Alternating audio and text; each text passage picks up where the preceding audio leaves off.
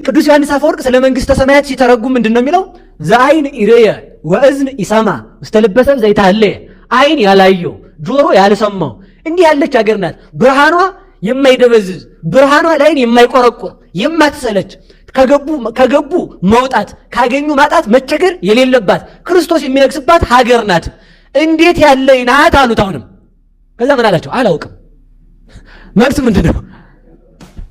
ነገሩ ይጅ እሺ ቆይ አሁን ለምሳሌ ለምን መስሏችሁ ነው አላውቅም ያለ? እንዴት ያለ ናት ስትሉኝ እንደዚያ ለማለት ምን ያስፈልጋል? እንደዚያ ያለ ማለት ነው። ገብታችኋል ያልኩት? እስኪ እንደዚያ በሉ። እንደዚያ ለመባል ምን ያስፈልጋል? እንደዚያ መሆን ያስፈልጋል ማለት ነው። መንግስተ ሰማያት እንዴት ናት የምትሉ ከሆነ ሌላ መንግስተ ሰማያት እዚህ አለች ማለት እኮ ነው። አያችሁ? እዚህ እንዲች አይነት ናት ብለን የምናነሳት ፎቶ የምናነሳት ያየናት የጎበኘናት ሀገር አለች። ስለዚህ መንግስተ ሰማያትንም እንኳን አናውቃትም። አሁን እኮ ሰው እኮ ትዕቢቱ አይጣል እኮ ነው። እግዚአብሔርን አውቆ ሊጨርስ ቅዱሳንን አውቆ ሊጨርስ ይለፋል ማለት ነው። አውቀን አንጨርሳቸው። እንኳን ቅዱሳንን እንኳን እግዚአብሔርን አውቀን ልንጨርሰው መንግስተ ሰማያትን ራሱ እናውቃታለን።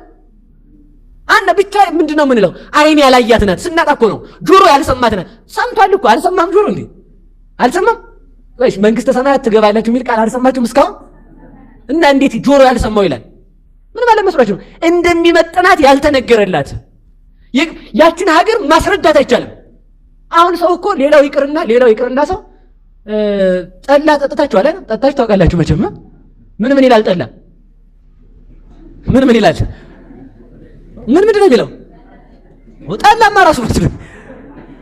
አሁን ሰው ቢራ ጠጥቶ ምን አለ ብትሉት ራሱ ምንም አያውቀውም ሰው ማለት ነው።